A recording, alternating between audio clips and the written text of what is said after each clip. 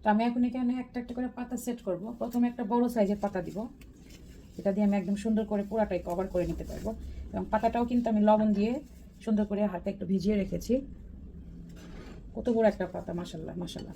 মানে পুরা আমার এই বাটিটার উপরে যদি আমি রাখি, দেখেন পুরো বাটিটা একবারে ঢেকে, মানে এই দিক দিয়ে পড়ে যাচ্ছে, পুরো বাটি ঢেকে গিয়েছে। মাশাল্লাহ, কত বড় একটা পাতা, মাশাল্লাহ মাশাল্লাহ। তো এখানে আমি আরও কিছু ছোট পাতা দিয়ে ভিতরে ইয়া করে নেব, মাছটাকে বসিয়ে দিব।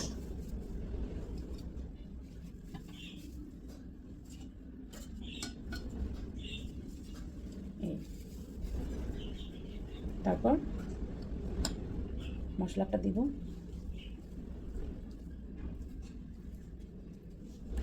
একটা মাছ দিব,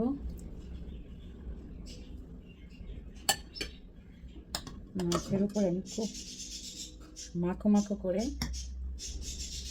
গ্রেভিটা দিয়ে দিব। আমার বাসায় সারাক্ষণ পাখিদের ডাক শুনতে পাবেন, আমি কাজ করতেছি, ওরা ডাকতেই আছে মনে হয় সুখে। এটা কিন্তু দেওয়া কমপ্লিট। এখন আমি এখানে একটা কাঁচামরিচ দিয়ে দিব,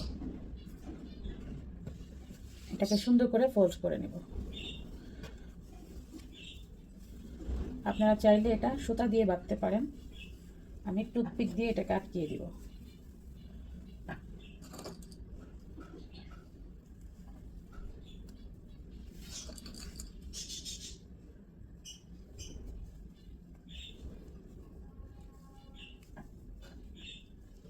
তো এইভাবে করে টুথপিক দিয়ে সুন্দর করে আমি আটকিয়ে দিলাম। আপনারা চাইলে সুতার সাহায্যে করতে পারেন। তো এভাবে করে আমি 4 পিস সুন্দর করে একটা পোটলা বানিয়ে নিব। তো এটাকে আমি যে এখানে আমি স্টিম করার জন্য নিয়েছি, আমি একটা জিনিস আপনাদেরকে দেখাই। এখানে কিন্তু আমি কিছু কাঁচামরিচ আর শাকের সঙ্গে যেই ডগাটা ছিল ওটাকে কিন্তু আমি বিছিয়ে দিয়েছি। তাতে আমার দুইটা কাজ হবে। এক নম্বর হচ্ছে এটা যে ফ্লেভারটা স্টিমের ভিতরে চলে আসবে, আর 2 নম্বর হচ্ছে পানিটা যখন নিচ থেকে বাষ্প হয়ে আসবে তখন একদম শাকের সঙ্গে ঘেমে ঘেমে কম থাকবে, নিচে পানিটা পড়তে সাহায্য করবে, একটু অক্সিজেন নিতে সুবিধা হবে। তো এই কারণে আমি এটা বিছিয়ে দিলাম।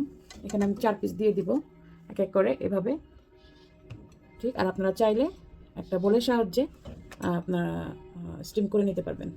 এভাবে এক এক করে আমি 4টা এখানে বসিয়ে দিব। তো এখানে আমার যে স্পেসটা আছে, এখানে 3টা জায়গা হবে, আমি 3টা বেশি এখানে দিতে পারছি না। একটা মাছ থেকে গেল, ওটাকে আমি ফ্রাই করব, কোনো সমস্যা নাই, এটা আমার কিন্তু ওকে। বাস এটাকে আমি স্টিমে দিয়ে দিব। এই আপনার 15 থেকে 20 মিনিটের মতো হলেই হয়ে যাবে, তারপর ফিরে আসছি।